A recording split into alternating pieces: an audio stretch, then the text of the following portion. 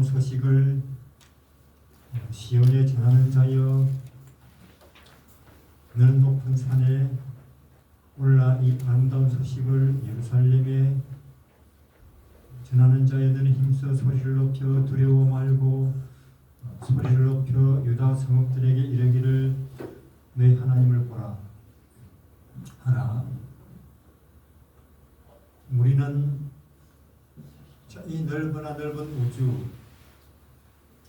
또 무한히 끝없이 흘러가는 세월, 그리고 이 지구에서 대한민국, 강원도,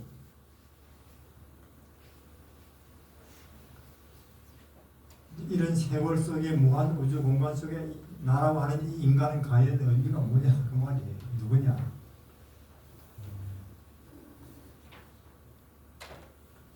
우리는 범죄 이후로 우리 조상 아담과 하와가 사기를 당했죠. 사망에 떨어졌어요. 아무리 애를 써도, 아무리 돌을 닦아도, 아무리 노력을 해도 무한 영원, 진리, 행복, 의미, 가치, 우리는 거기에 도달할 수 없었습니다. 그런 우리 앞에 지금 하나님께서 길을 내신 거예요. 지금 우리 앞에는 두 가지 길이 있습니다. 하늘이냐, 땅이냐, 생명이냐, 사망이냐, 빛이냐, 어둠이냐, 두 가지 길이 항상 우리 앞에 놓여 있는데, 예수라는 존재가 있기 때문에 우리는 언제든지 손만 뻗으면 영원, 빛, 생명, 하늘 택할 수 있는 입장이 된 거라 그 말이에요. 하나님의 아들이라는 존재가 있기 때문에 그분이 없을 때는 아무리 돌을 닦아 보십시오. 평생을 내 몸을 불사르게 내어준다 할지라도 그는 생명과 영혼과 행복 아무 관계 없는 일이 되는 거예요. 이 땅에서 인간의 모든 행위가. 그러나 예수라는 길이 우리 앞에 딱 등장했습니까? 예. 그렇기 때문에 이제는 물론 우리는 제가 볼 때는 돈을 번다, 유명해진다, 대통령이 된다, 좋은 대학 간다, 뭔가 나도 큰 성공을 거둔다, 굉장한 우리의 노력이 필요하지만 진짜로 좋은 거, 진짜로 좋은 거, 영생, 그리고 행복, 생명, 이거는 얻어 걸리는 거예요. 제가 볼 때는 우리가 그냥 애를 써서 노력을 해서 쟁취하는 게 아니고, 그거는 그냥 나도 그냥 인생길을 걷다 보니 내 앞에 턱 나타나는 그런 성질이 있는 것 같아요. 그래서 성경에는 천국은 마치 밭에 숨겨놓은 보물과 같으니, 저도 이 예수라는 존재가 얻어 걸렸어요. 저한테. 저는 제 인생에 이런 게 올 줄 몰랐습니다. 그냥 제가 보는 인생은, 세상은 색깔로 치면 회색 분자, 딱하게 보죠. 만물을 저래봤자 다 죽으면 그만인데 하면서 술이나 먹자, 이렇게. 그런 저한테 이런 엄청난 것이 얻어 걸릴 줄 몰랐다니까요. 그럼 뭐냐? 예수라는 분이. 그래서 저는 진짜로 좋은 거는 노력해서 차지하는 게 아니고 얻어 걸리는 것이구나, 공짜로. 그래서 이게 저한테 얻어 걸려서 선전하고 다니는 게 제 직업입니다.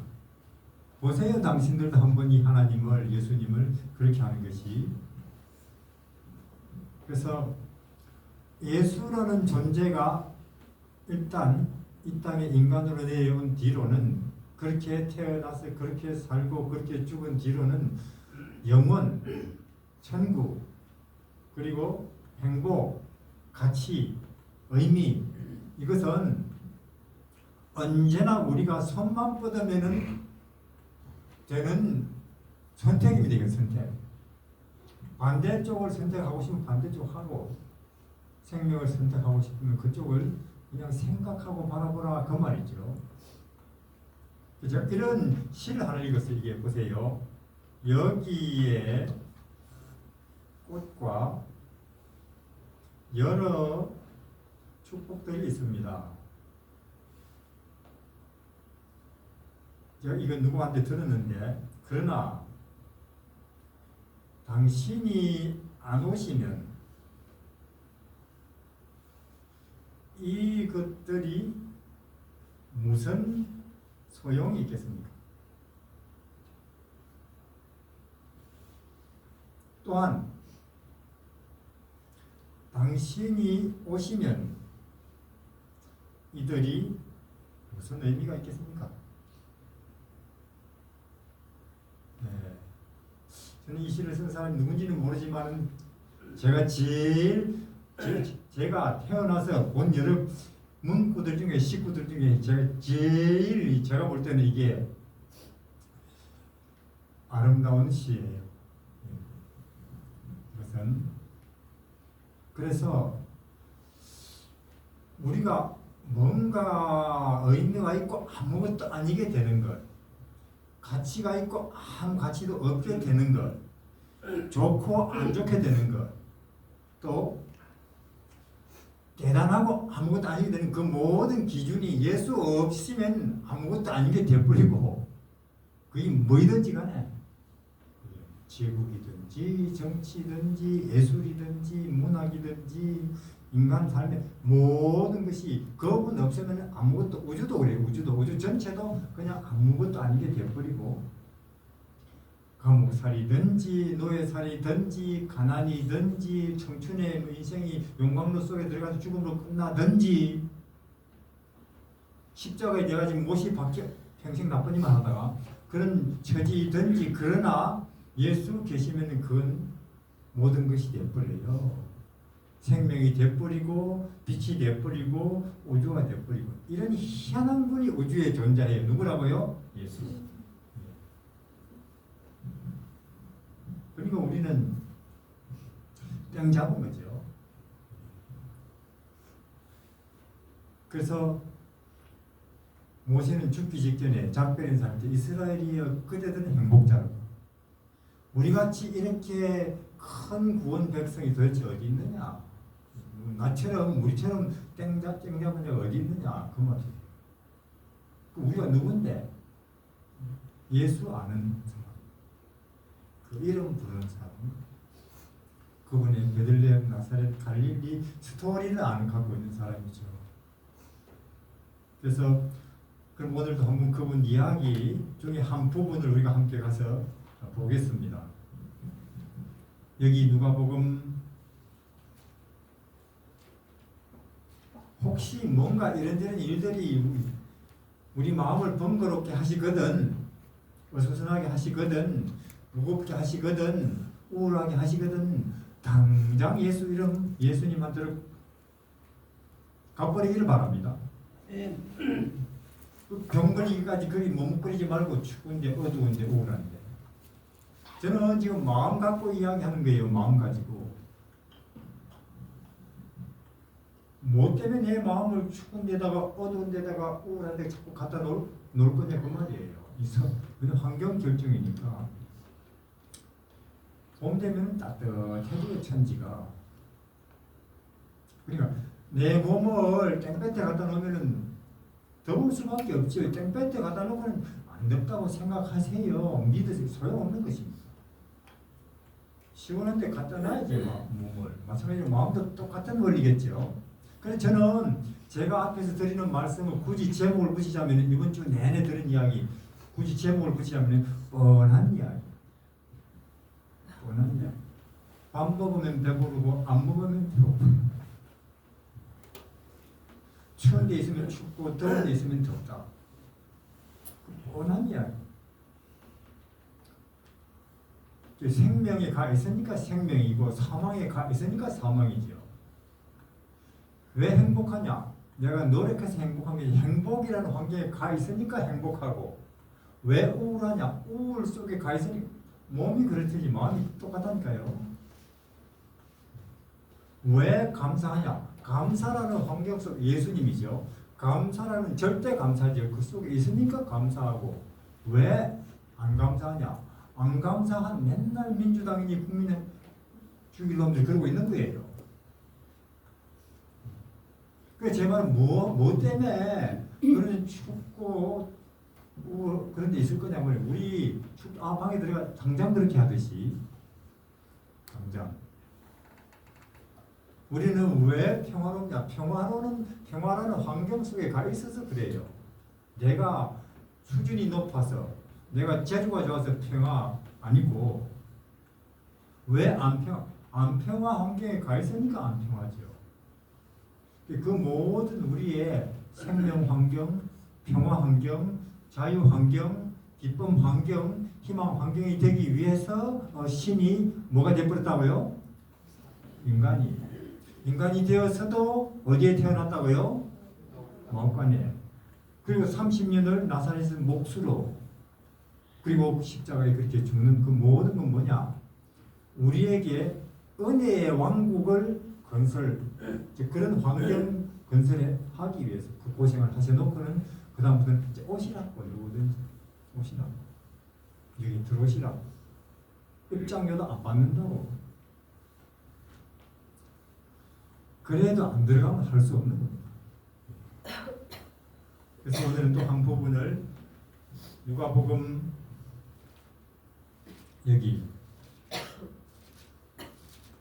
5장에 무리가 오미하여 하나님의 말씀을 들을 때에 예수께서 게네사렛 호숫가에 서서 호숫가에 2배 있는 것을 보시니 어부들은 배에서 나와 그물을 짚는지라. 예수께서 한 배에 오르시니 그 배는 시몬의 배라. 육지에서 조금 뛰기를 청하시고 앉으사 배에서 무리를 가르치시더니 말씀을 마치시고 시몬에게 이르시되 깊은 데로 가서 그물을 내려 고기를 잡으라. 시몬이 대답하여 가로되 선생이여 우리들이 밤이 맞도록 수고를 하였으되 얻은 것이 없지만 말씀에 의지하여 내가 그물을 내리리다 하고. 이것은 시대의 소망의 해변에서 부르심. 예수님이 드디어 들었어요. 그 청년이 나사렛 몫으로 한 30년을 이렇게 아주 평범하게 짝이 없이, 그러나 이 사람들이 볼 때 너무 바보스러울 정도로 자기 거 못 챙기는, 누가 내 걸 가져가 버려도 필요해서 가져갔어요 이렇게 해버리는, 아무리 비난 욕설을 쏟아부어도 잠잠해버리는. 근데 그 외에는 아무 특징이 없어요. 30년 동안 신인데도, 이상한 탄생을 했는데도. 우리는 그러잖아요. 자, 처녀에게서 태어나서 그 신이라 그럼 뭔가 특별한 일이 있겠지 하고 기대를 하겠죠. 피아노를 잘 쳐버린다든지, 그러면 벌써 돌도 안 지냈는데 미분 적분을 해버린다든지, 외국어를 한 10개쯤 해버린다든지, 그게 우리가 생각하는 신기한 거, 신비한 거죠. 그건 우리가 생각하는 생명이고 빛이고 훌륭한 거고, 진리가 우리에게 보여주고자 하는 신비는 겸손이고, 아무리 나한테 누가 욕을 끌어다 부어도 잠잠하고 오히려 그 사람을 위해서 복을 빌고, 한 개를 달라면 2개 줘버리고, 한쪽을 맞으면 왼쪽 이쪽도 묘란히 때리고, 이게 하늘이 우리에게 보여주시고자 하는 생명이고 빛이고 하나님의 영광이에요. 그러니까 우리 하나님이 보여주시고 싶은 거 같이 하고 우리가 보고 싶은 가치가 다르니까 생기는 문제이겠습니다. 사고공사 처음부터 끝까지. 내가 길이다. 왜 당신이 길이요? 이러다가 끝나버려서 유대인들. 우리도 그럴 것 같아요. 이 시대의 기독교의 전반적인 분위기를 볼 때, 이 시대에 2000년 전에 예수님이 또 그런 모습으로 와서 그런 모습으로 진리를 말하는 이 시대 기독교인들도 이해할까요? 아마 거의 비슷하게 반응할걸요. 거부하거나. 그건 우리도 포함해서 우리도 그렇게 30년을 표시 안 내고 사시더니 드디어 진리요한이 먼저 활동을 개시했죠. 6개월 먼저 태어났으니까. 그때 그분도 알았습니다. 나도 이제는 때가 됐구나 하고 목수관을 정리하시고는 어머니 저는 이제 떠나야겠습니다 하고는 요단강으로 가는 사람들 무리 속에 그 젊은이가 섞였습니다. 맞습니까? 왜냐면 그 당시에 사람들이 강으로 몰려가요. 진의 요한 어마어마한 인물입니다. 온 이스라엘이 400년 동안 다 붙어도 안 되는 부흥을 요한은 혼자 해치워버렸어요. 그것도 몇 마디로. 신내 요한이 입을 여니까 사람들이 다 어디로 몰려가요? 강으로. 그럼 그 강에 무슨 뭐 축구 시합이 있습니까? 한국, 일본? BTS 거기 공연해요? 아니에요. 사람들이 다 자기 잘못을 고백하러 강으로 몰려가요. 직장인들 직장 안 가고 학생들 학교 안 가고 농부들이 논밭으로 안 가고 요단강으로 자기들의 잘못을 고백하러 그 강으로 몰려간다니까요. 우리는 이 시대에 그렇게 위대한 장면을 본 적이 없습니다. 사람들이 그래요. 이 시대의 사람들은 너무 마음이 강팍해져서 그런가? 저는 그렇게 생각 안 합니다. 이 시대에는 요한과 같은 인물이 없는 거예요. 그래서 우리는 아무리 오세요 하도 선물까지도 안 와요. 이 시대에는. 오히려 기독교를 한심하게 보고 있고 세상에. 근데 요한 입을 여니까 남녀노소 휴가만 내가지고 강으로 몰려간다니까요. 우리도 이 시대에 그런 위대한 장면을 어느 날은 보겠죠. 누군가가 이렇게 너희 하나님을 보라 하고 온 몸을 다해서 마음을 다해서 뜻을 다해서 정성을 다해서 선포할 인물이 준비만 되면은 우리도. 그래서 요한은 뭐 기탄 없이 그가 누구든지 간에 독사의 자식들을 해버린 사람이에요. 대충 회장님이 오셨어요. 기도 좀 해주시오. 이런 인물이 아니에요. 요한. 똑같이 그들을 취급해버립니다. 독사의 자식들. 군수 도지사 조금도 뭐 신경 안 씁니다. 똑같이. 왜? 그래봤자 그들도 땅이니까.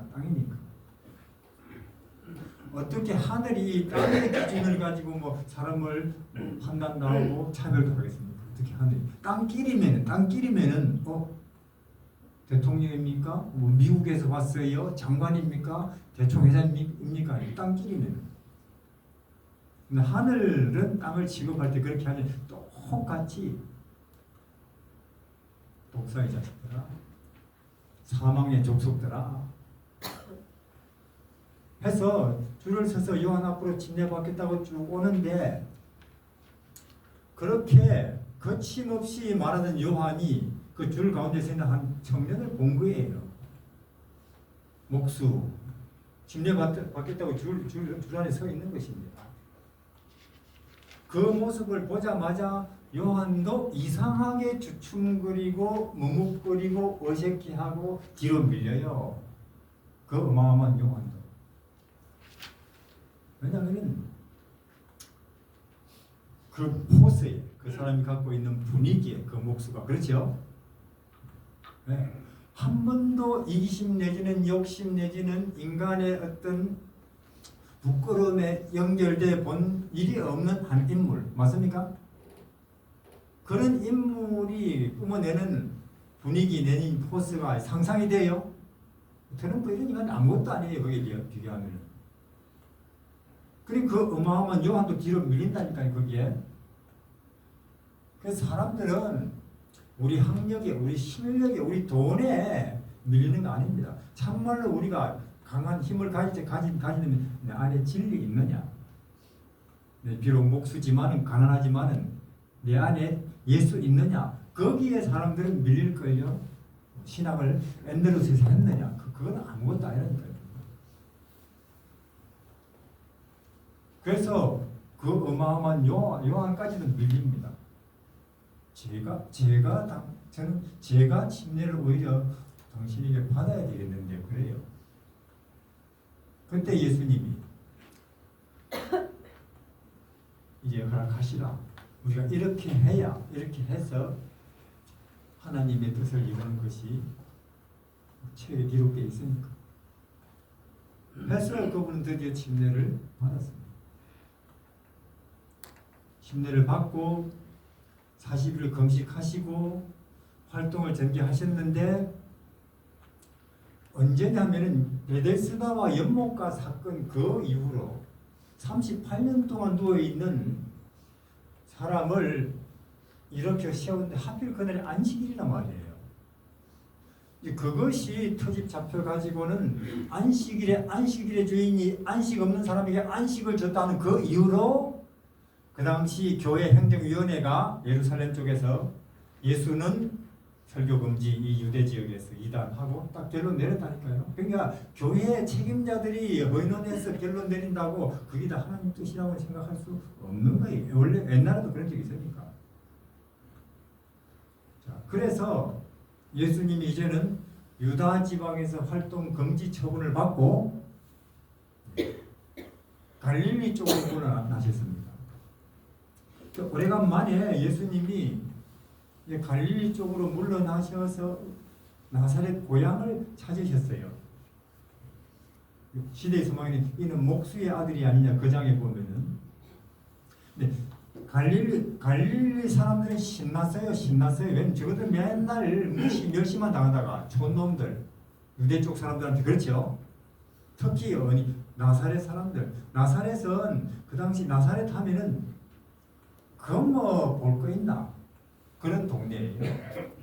맞습니까? 거기서 뭐 보잘 것이 나오겠나? 책에도 나와 있잖아요. 그러던 특히 나사렛 사람들은 더 신났어요. 왜? 자기들 동네 출신이 지금 뭐 요새로 치면은 온 팔레스틴을 들썩거리게 하고 있습니까? 더더군다나 침례 요한이 선포했다는 거예요. 자기들 동네 출신 그 목수를 누구라고요? 메시아로. 신나고 있죠. 어깨에 힘 들어가죠. 나사렛 사람들. 그래서 그 안식일에 그분이 교회에 왔어요. 맞습니까? 그래서 설교 부탁합니다. 우리 그러듯이 했는데 예수님이 둘러서서는 보니까 다 아는 사람들이죠. 그렇잖아요. 형, 동생, 친구, 삼촌 그 동네니까. 이사야서를 펴서 읽었습니다. 주의 성령이 내게 임하셨으니 이는 가난한 자에게 자유를, 포로된 자에게 노임을, 또 구원의 해를, 하나님의 구원의 해를 선포하게 하려 하심이라 하니까 앞에 있는 사람들이 아멘 합니까? 우리 아멘 하듯이 성경절 읽으니까 예수님께서 이렇게 한번 둘러보시고는 하시는 말이, 이 말이 나를 두고 하는 말입니다. 그때 그들이 우리가 지금 무슨 말을 들었지? 그럼 지가 메시아라는 뜻 아니냐 그 말이죠. 구원자. 우리가 지를 요만할 때부터 아는데 여러분들 우리가요, 우리 형제들이, 우리 동네 사람들이, 내 친구가 내 자존심을 높이고 내 자부심을 높여주는 그런 정도로 출세하고 성공하면 박수 쳐요. 우리 동네를 그러나 나도 죄인으로 만들어버리고 아무것도 아닌 게 만들어버리는 그런 존재라고 자기가 자기를 선포할 때는 지가 뭔데 그래 되는 거예요. 가까운 사람들일수록. 맞죠? 그러니까 선지자가 고향에서는 대통령 되면은 혹은 뭐 금메달 혹은 뭐 노벨상 받으면은 고향에서 우리 고향이, 그러나 진짜로 생명을 주는 분, 구원자로서 선지자쯤 되는 분, 그런 사람들의 기별은 언제나 회개하라거든요. 그런 사람들의 기별은 언제나 일단 아무것도, 심지어 이 동네도 아무것도 이거거든요. 그 말을 딱 들었을 때 그들은 지가 뭔데? 그래가지고 우리가 지를 요만할 때부터 아는데 그때 예수님이 나만 때도 마찬가지였습니다. 이스라엘은 문둥병자도 이스라엘이 많았지만 사실은 하나님의 능력으로 고침을 받은 사람은 이방인 안 믿기 때문에 이스라엘은. 그러니까 선지자가 고향에 인정을 못 받는 건 이 책에도 나와 있는. 더 기분 나쁘지 그죠? 참 진실로 진실로 내가 당신들에게 이르노니 내가 그대들을 자유케 하지 않으면 그대들은 희망이 없습니다. 뻔히 아는 사람들이 대놓고. 그럼 그들은 우리가 종인가? 우리가 지한테 자유케 될 필요가 있나? 우리가 지금 요 말도 나는데 제 말은 뭐냐면은 나사렛 사람들은 정말로 큰 복을 받을 수 있었어요. 왜냐하면 하나님을 자기들 옆에 30년이나 모시고 있었는데. 그러니까 그분이 진리이고 예수님이 하나님의 아들인 줄 알았다면 사실상 우리처럼 저 같은 사람 안 찍어도 돼요. 이런 거 아무것도 아니니까. 그러나 그들은 예수님의 일수적을 비디오로 찍었을 때 아 진리는 저렇게 하는 것이구나. 우리 영어 배울 때 미국 사람 아 영어 발음은 그렇게 하듯이 아 하늘 행동은 하늘 태도는 저렇게 하는 것이구나. 누가 높일 때 누가 무시할 때 다 찍을 거예요. 진리니 그게 생명이고 빛이니까. 근데 그걸 누가 알아봤어요? 그냥 바보스러울 정도로 지껏 못 챙기는 착한 사람이네. 이 아이는 그 정도로만 보는 거예요. 제 말은 뭐냐면 진리가 내 옆에 늘 맴돌고 있는데도 진리인 줄 모르면 그 세월을 보낸 것만큼 그거는 어렵게 됩니다. 기독교인들이 재림교인들이 늘 예수님을 이야기하면서도 예수님 안에 있는 하늘, 진리, 생명, 혜택을 못 보고 주여 주여 하면은 오히려 나중에 곤란하게 돼요. 그거다. 저주가 된다니까요. 그만큼. 그게 나사렛 동네 사람들이고 그 유대인이 그런 거예요.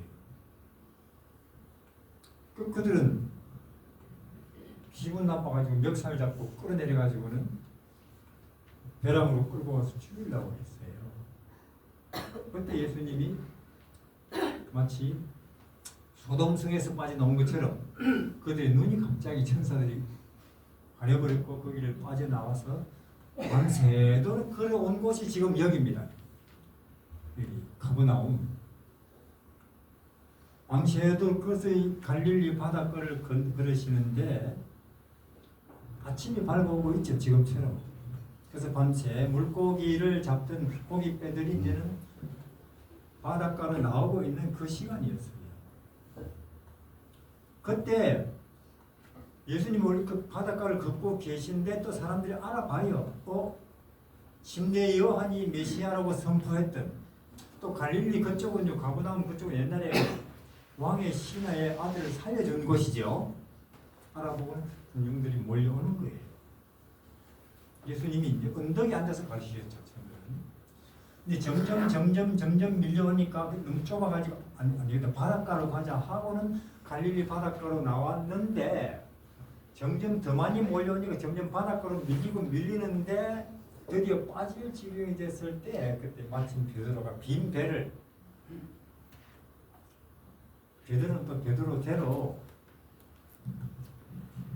이 유대 지방에서 이 베드로는 요한 원래 침례 요한의 제자다가 침례 요한을 소개를 받고 지난 한 6개월 가까이 예수님을 따라다녔죠. 메시아인 줄 알고 따라다녔는데 그 당시 교회 행정위원회가 예수님을 이단으로 결론 내니까 제자들이 혼란이 온 거예요. 아니 왜 우리 교회 지도자들이 우리 선생님을 이단이라고 하셨지? 하시는 일이 모든 게 옳고 선한데 그리고 또 우리 교회 지도자들이니까 분명히 우리보다 더 잘할 텐데 성경을 그렇죠. 그 무슨 이유가 있나 하고 혼란이 됐기 때문에 그때 예수님이 그렇게 6명 제자들이 있었거든요. 혼란에 빠지는 걸 보고 회산을 했어요. 집에 가라. 그래서 그들은 혼란스러운 마음으로 몇 달 만에 베드로도 집에 왔는데 집에 오니까 베드로네 집에서는 누가 바가지를 긁어요? 마누라가 장모님하고 코빼기도 안 보이고 몇 달 동안 그럼 나사렛 그 목순이 누군지 하고 돌아다닌 다음에 쌀이 벌써 떨어졌는지도 모르고 전화도 한 통 안 하고 전화 없으니까 그래. 참 사나이 베드로 마음 비참하죠. 믿었던 그분은 교회에서 이단이라고 하지. 또 집에 오니까 또 집은 엉망이지. 알았어. 오늘 내가 밤에 고기 잡아가지고 쌀 사오면 될까 아이가? 하고는 고깃배를 몰고 밤에 바다로 나갔는데 한 마리도 안 잡히는 거예요. 그 바다에서. 전에는 잘 잡았는데 고기 잡는 걸로 베드로가 자기 부채가는 화나는 사람이었어요. 암담합니다. 인생이. 믿었던 그분은 이단이라 그랬지. 잘 잡힌 고기도 안 잡히지. 하고 빈 배를 몰고 바닷가로 나오고 있는 딱 그 시간이었어요. 근데 예수님 잘 됐네 베드로 배 좀 빌리자. 하고는 그 낡은 어부의 목선에 천지를 지으신 하나님이 앉아서 때는 4월이고 그리고 그 바닷가에 있는 군중들이 몰래 앉아 있고 제가 볼 때는 우리 하나님에게는 그런 환경이 제일 어울리는 장소인 것 같아요. 앤드루스 신학대학 강당이 아니고 맞죠? 바람은 산들산들 목선은 가볍게 흔들리고 주위에는 새들이 날고 꽃이 피고 바닷가에는 오가는 배들이 있고 군중들 앉아서 하늘의 이야기를 듣고 있습니다. 천사들은 눈을 뗄 수가 없어요. 이런 아름다운 장면을 본 적이 없으니까. 천지를 말씀으로 지으신 그분이 애굽을 초토화시키고 홍해를 쪼개고 이스라엘을 구름 기둥 불기둥 가운데 인도하신 그분이 시내 산에서 십계명을 선포하신 그분이 이제는 가나안 갈릴리 어부의 목장 노동자의 복장을 하고 어부의 목선에 앉아서 하늘을 이야기하고 계신 거예요. 심령이 가난한 사람은 복이 있습니다. 병이 걸렸든지 사업이 망했든지 누구에게 버림을 받았든지 어떤 이유로 심령이 고통스러운 사람은 물론 그 자체가 좋은 일이 될 수 없지만 그 고통 때문에 누구를 찾을 가능성이 더 많다고요? 그러니까 그 심령이 가난한 사람은 오히려 그것이 복이 될 수 있습니다. 지금 가난하고 지금 슬프고 지금 우울한 사람은 그것 때문에 오히려 하나님을 더 먼저 만날 수가 있습니다. 군중들은 그런 이야기를 처음 들었어요. 지금까지 교회 가면 항상 우리가 잘 살고 우리가 부자고 우리가 이렇게 성공한 것은 하나님께 복을 받아서 그렇고 너가 가난하고 너가 병든 것은 너 조상에는 너가 죄가 많아가지고 하나님께 벌 받아서 그런 설교를 들었거든요. 그 당시에. 그러니까 이 앞에 앉은 청중도 숨도 크게 쉬지 않고 듣는 거예요. 얼마나 저 소리가 듣기 좋든지. 정말로 지금까지 우리가 듣던 거 완전히 틀리네. 희망이 솟아오릅니다. 가난한 사람들, 군중들. 우리도 천국 얼마든지 갈 수 있다는 거 아니가 저들끼리 이야기하면서. 천국은 마치 그러니까 예수님이 천국을 이야기하고 계신데 이렇게 보니까 이 농부들이 이제는 사대인이 꽹이 들고 지게인이 지고 이렇게 논밭으로 가다가 그걸 딱 보시면은 천국은 마치 농부가 밭에 씨를 뿌리는 것과 같으니 농부들이 사실은 밭에 일하러 가다가 거기에 그냥 다리가 붙어버리는 거예요. 그냥 저거들이 늘 하는 그런 쉬운 이야기를 가지고 이야기를 하니까 맞습니까? 네. 네 종류의 밭이 있는데 길바닥에 뿌리면 세박밖에 안 되고 돌밭에 뿌리면 뿌리 못 내리고 이런저런 욕심, 세상의 욕심 이것도 하고 싶고 저것도 하고 싶고 이런 잡초 많은 밭에다 뿌려봤자 소용이 없고 내 마음밭은 어떤 것 같아요? 계속 이러면서도 여기 듣고 와서 지금 한편 또 뉴스는 어떻게 되는가 들어봐야지 다 얘기 됐는데 이런 사람들 있어요. 잡초가 너무 많은 거 이거 뿌려봤자 뭐 됩니까? 그러나 좋은 데다 뿌려놓으면 얼마나 잘 자라고 얼마나 수확이 많은지. 농부들은 사실은 그 들으러 오는 사람 아니고 일하러 가던 중에 가서 딱 가라 멈춰서 넋을 잃고 듣는 것입니다. 또 이렇게 그분이 이야기를 하시다가 아주머니들이 빨래 바구니고 내까지 빨래하는 천국은 마치 여자가 밀가루에다가 이스트 넣고 빵 만드는 것 같으니 빨래하다가 하러 가다 말고 그 자리에 또 발이 붙어버리죠. 뭐. 자기들이 익숙하게 뻔히 아는 이야기를 하니까 밀가루는 요만큼이지만은 그러나 거기에 들어가는 이스트는 효모는 그냥 뭐 차로 한 숟가락 정도죠. 작은. 그러나 그것 때문에 이 밀가루가 3배나 부풀어 오릅니까? 그래요. 아무리 요만큼밖에 없게 그거 안 들어가면 아무 변화 없어요. 예. 우리도 그래요. 실제로 실험해 보시기를 바랍니다. 지금 저 사람이 나를 굉장히 불쾌하게 하고 나 욕을 쏟아보여요, 나한테. 그러면 내 마음속에서 화가 끓어오르겠죠? 맞습니까? 그러면 난 장로인데 선교사인데 화를 낼까요? 나를 비난하고 내 안 했는데도 했다고 막 욕을 해야 되는데 장로인데 안 되죠. 그럼 꾹꾹 눈물 눌러 참을까요? 그럼 안 걸리죠. 그럼 안 걸리는 게 좋습니까? 화내고 싸우는 게 좋습니까? 둘 다 안 좋죠. 저도 그런 적이 있으니까 그럴 때 예수님 제 마음에 화가 나려고 합니다. 제 선교사인데 예수님 이 마음을 가라앉혀 주십시오. 그 기도하는데 30초도 안 걸려요. 도와주십시오. 그러면 그 마음이 분이 가라앉을까요? 틀림없이 가라앉아요. 틀림없이. 누구든지 주의 이름을 부르는 자는 돼 있습니까? 책에. 그 문제도 해당되죠. 누구든지. 제가 보니까요. 교회 평생 다녀놓고도 장로라고 하면서도 세천사 기별을 이해했다 하면서도 그런 상황에서 예수 이름 안 부르고는 싸워버려요. 장로가. 스트레스 받아버려요. 교회 뭐하러 다니는지 모르겠어요. 11조 낸 게 아깝지. 써먹으라고 다니는 거 아닙니까? 써먹으라고.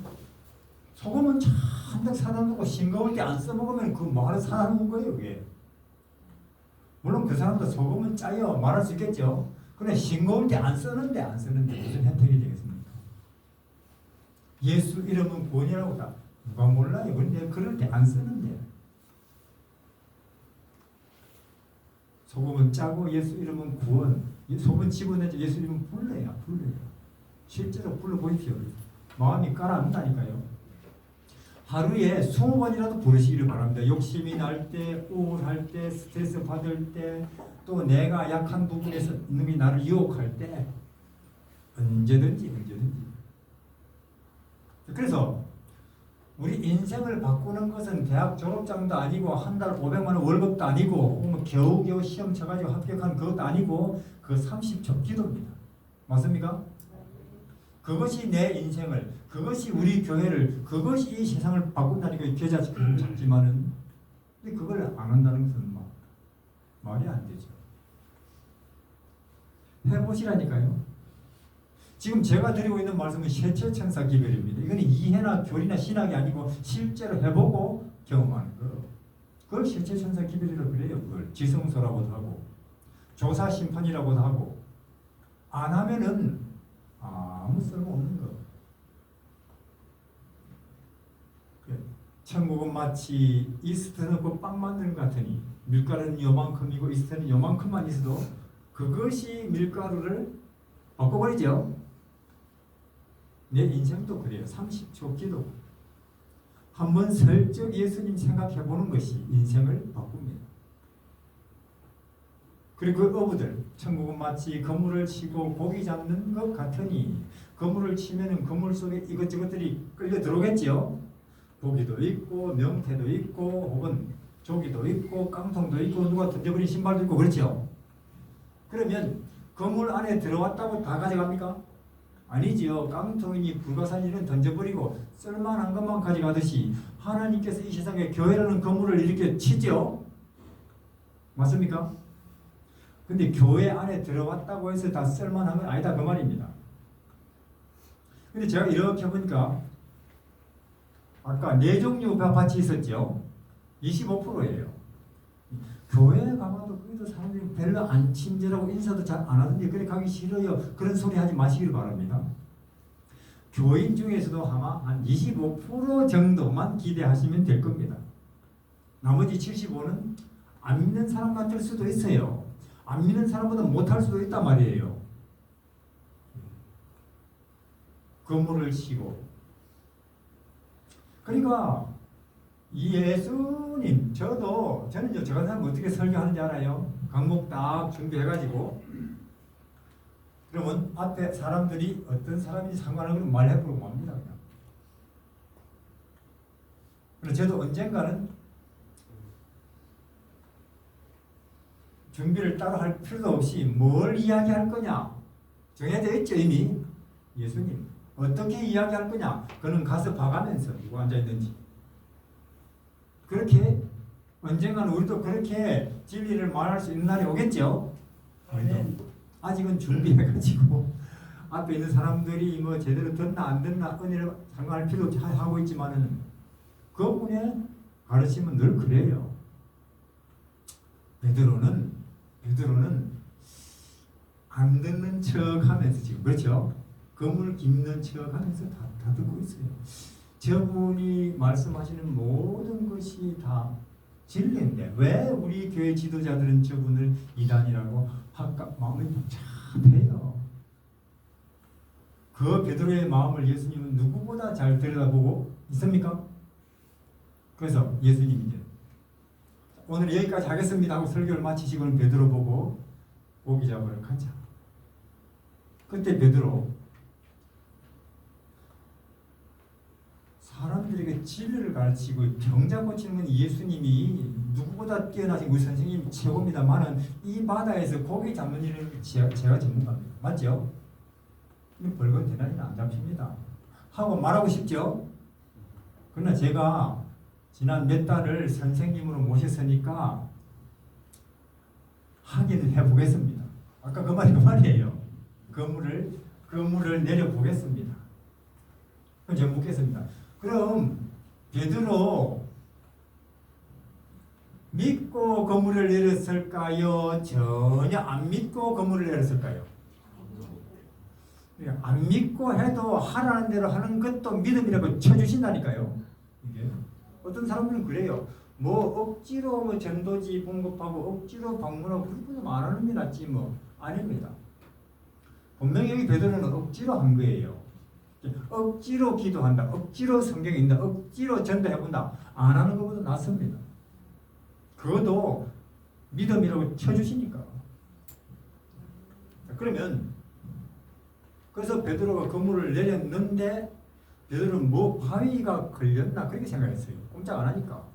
근데 툭툭 치는 거 보니까 바위가 아니고 뭐예요? 엄청나게 잡힌 거예요. 엄청나게. 자, 그러면 거기 고기들 누가 모이라고 하셨을까요? 하나님이니까 명령할 수 있는 거예요. 파도든 고기든. 그 물고기들 하나님이 우리 모이라 안에 뭔가 좋은 거 주실란가 하고 모였는데 좋은 것은 그냥 뭐 내려와요. 그 물이 이런 걸 일망타진이라 그래요. 그러면 고기들이 아니 뭐 좋은 거 줄까 해서 모였는데 우리를 그물로 싹 잡아버리네. 고기들이 세상에 믿을 그건 우리 생각이고 물고기들끼리 아마 이런 이야기 했는지도 몰라요. 우리 다 지금 잡혔네. 그럼 우리가 이렇게 잡힌 이 일 때문에 베드로가 어부 베드로에서 사도 베드로 되겠네. 그러면 그 사도 베드로가 어부가 아니고 사도가 되면서 얼마나 많은 사람들이 베드로 때문에 구원 받겠나? 그럼 우리가 지금 이 그냥 죽는 게 아니고 이 순교네. 맞습니까? 그럼 우리 인생 아니지 어생 이거 정말로 이거보다 더 가치 있는 것은 솔직히 말해서 우리는 이렇게 지금까지 공부도 많이 하고 뭐 자동차도 타고 다니고 좋은 집도 있으면서 몇 사람이나 구원했습니까? 이 인생 가지고 몇 사람에게나 우리는 참말로 예수님을 알게 하고 진리를 알게 했느냐 말이에요. 그러니까 어떤 것이 그 물고기들 우리보다 나아요. 그 순간 베드로는 알았습니다. 아하, 지금 내 앞에 계신 이분이 만물을 창조하시고 만물을 지배하시는 신이구나 하는 걸 알았어요. 그리고는 더 이상 베드로는 물고기에 아무 관심이 없어져 버렸어요. 그렇게 잡으려고 했었는데 아마 우리도 그렇게 교회는 비록 다니지만 이렇게 뭔가 잡아보려고 애쓰는 것이 있겠지요. 아직 예수님 못 만나서 그래요. 그분이 누군지를 잘 몰라서.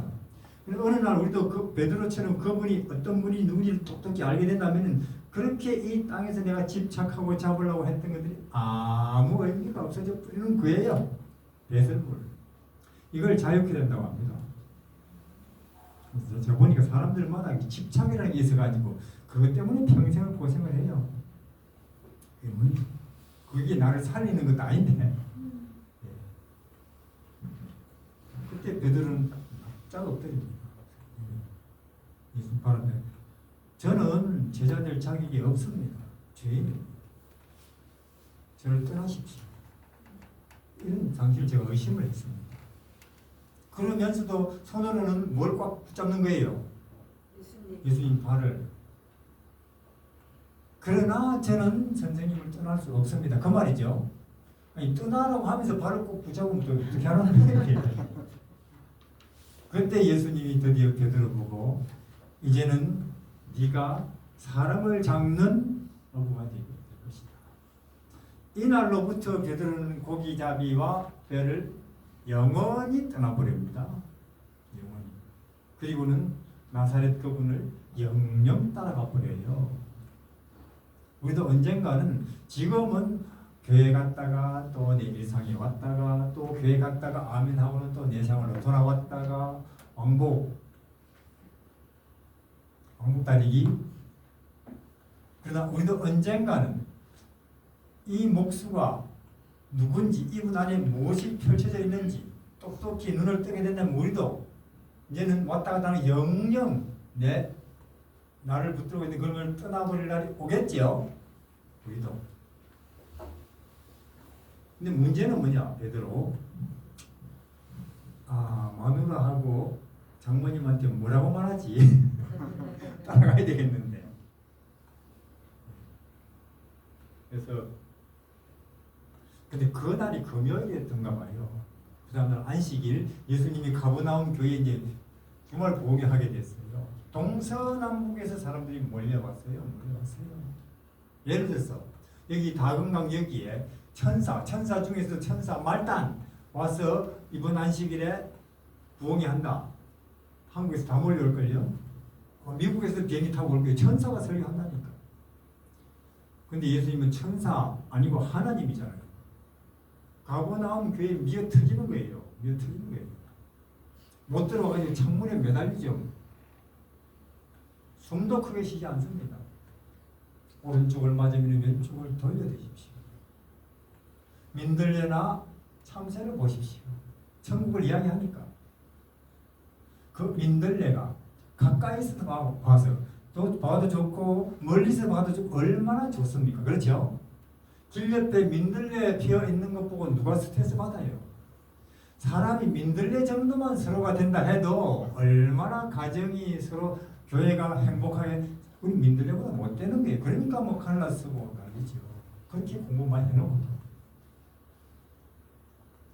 그러면 예수님이 우리 보고 믿음을, 진리를, 신앙을 다니엘이나 모세한테 배우라고 하시지 않고 누구한테 배우라고 하셨어요?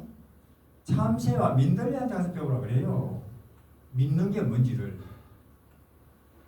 그러면 민들레는 왜 자세히 봐도 멀찍이서 봐도 그렇게 곱습니까? 자 보세요. 민들레가 내일 민들레 간에 좋다던데 하고 누가 캐버릴 수 있죠. 또 꽃이 피는데 따보자 할 수 있죠. 1시간 후에. 5분 후에 염소니 소가 와서 뜯어 먹을 수 있죠.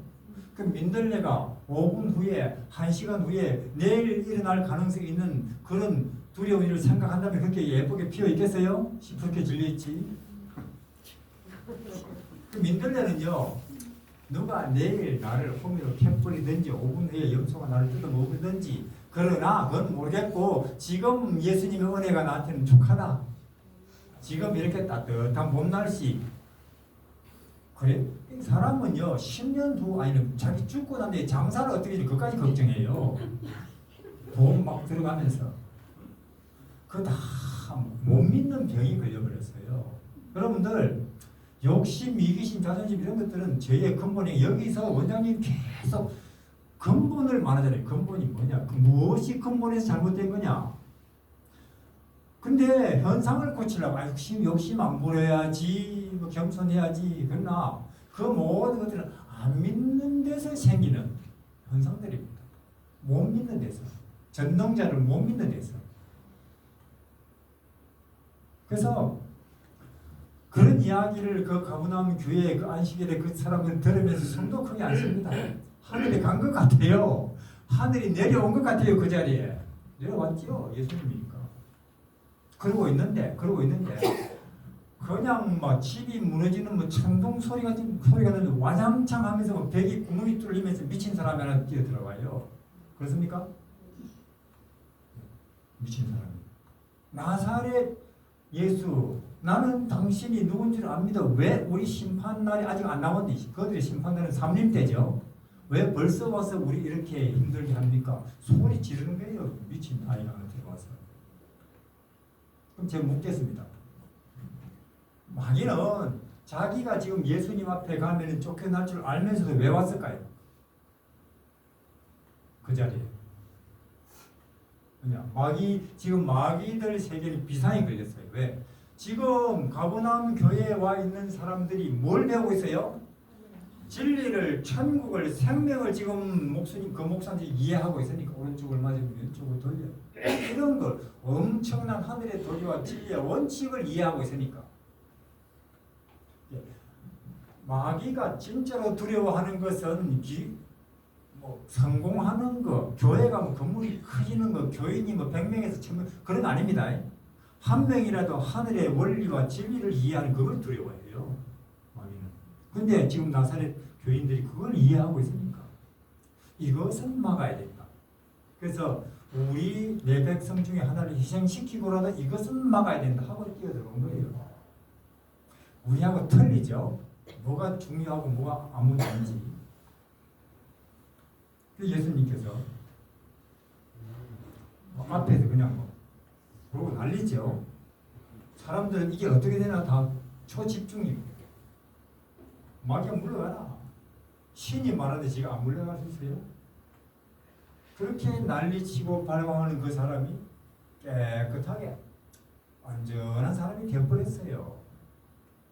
그때 예수님이 청중을 아까 제가 어디까지 다시 이야기를 계속하겠습니다 하니까 딱 보니까 하나도 집중을 안 해요. 사람들이 다 정신이 딴 데가 있습니다. 뭐냐? 귀신도 나가버리네. 저분 앞에 오니까. 그럼 우리 집에 지금 정신 걸린 우리 할머니, 우리 삼촌, 우리 어머니 암 혹은 뭐 당뇨, 고혈압, 불구 그것만 생각하는 거예요. 빨리 모셔와야 되는데 집회 더 이상 진행이 안 되는 거예요. 마귀가 성공한 거예요.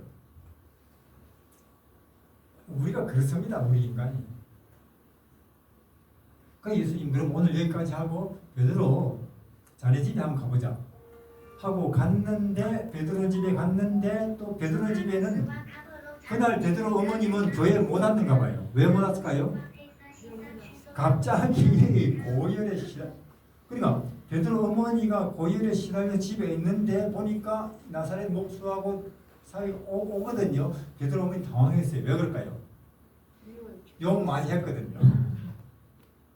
그러나 그 베드로 어머니를 예수님이 그 자리에서 또 온전케 했죠. 그러니까 이제 베드로 어머니가 에서방 그렇죠. 집안일 아무 걱정하지 말고 따라가라고. 우리 어머니 우리도 따라갈 거라고. 베드로는 괜한 걱정을 한 거예요. 이해하시겠죠? 너희는 먼저 그분의 나라와 의를 먼저 구하면 그 외의 일들 너 걱정하지 말고 내가 할 테니까 그 말이에요. 이렇게 해서 해가 저물자마자 동서남북에서 얻고 메고 들고 끌고 누구네 집으로 와요? 왜 나지 않았어요? 교회가 문제라니까. 항상 교회가 하나님이 뭔가 일을 하시려고 하면은, 근데 저는 교회 별로 믿으라고 말하고 싶지 않아요. 교회가 언제나 교회가 문제입니다. 그 당시 안식일에 그냥 낮에 안식 그런 거 하면 또 그 당시 이단인이 어쩐지 출교될까봐 눈치 보다가 해지자마자 동서남북에서 밀려와요. 그래서 마지막 환자까지 다 치료하고 보냈을 때 밤 12시가 넘었어요. 그러면 왜 예수님이 딱 그렇게 누워있는 몰려온 환자들, 내가 지금 이 자리에서 내가 신의 입장에서 말해, 나 나와버려라. 났습니까? 안 났습니까? 나와버려요. 근데 왜 한 명 한 명 몇 년이나 아팠습니까? 19년 며칠입니까? 얼마나 그렇게 해가면서 치료해요. 예수님은 이 사람 몸뿐만 아니고 사실은 영혼을 치료하고 싶은데, 영혼은 어떻게 치료되느냐? 예수님과 나와의 개인 관계로서. 이해하시겠죠? 개인적인, 절대로 이거는 단체로 아닙니다. 교단으로 되는 거 아니에요. 장로로 되는 거 아니에요. 개인적으로 내가 예수님과 친해지는, 그걸로 영혼은 구원이니까 그걸 위해서예요. 그래서 마지막 환자가 집으로 가오니까 밤 12시 넘었고 드디어 제자들과 예수님은 잠자리에 들고, 그렇게 3년 반이 흘러갔어요. 그 다음날 아침 제자들이 막 들떠서 왔습니다. 들떠서 우리 여기 굉장히 지금 우리 지지 받습니다. 유다 쪽에서는 우리가 지금 쫓겨났지만은 신문 1면에 났네요, 우리 이야기가. 그렇죠? 근데 예수님은 아니다. 그들은 여기 본부 차립했을 때 예수님은 아니다. 딴 동네로 가자. 이렇게 3년 반이 흘러갔는데, 이거는 그냥 한 이야기이고, 이런 끝없는 하늘 이야기, 진리 이야기, 생명 이야기들이 펼쳐져 있습니다.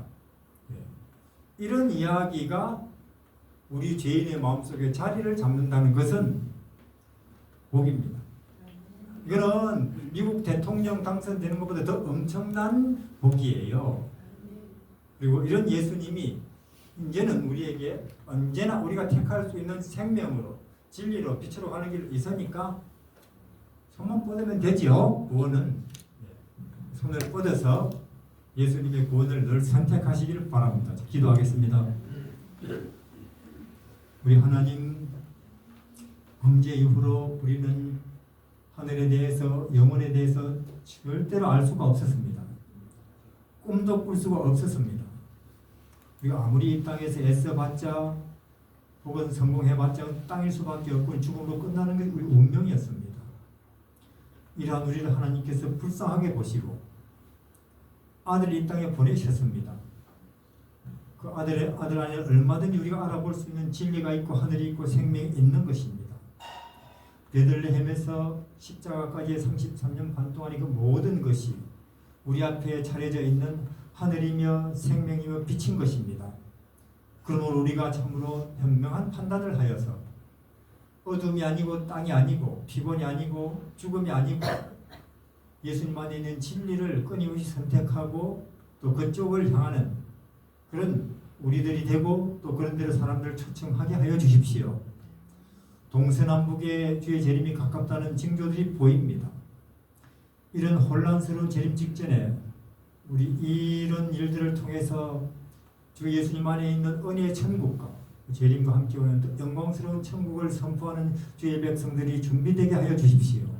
우리 주 예수님 이름으로 기도드립니다. 감사합니다. 오늘 추가 관계상 바로 식사하도록 하겠습니다. 그리고 오늘 사랑과 부름은 9시 반부터 시작한 거 아니죠? 네, 식사 맛있게 하십시오.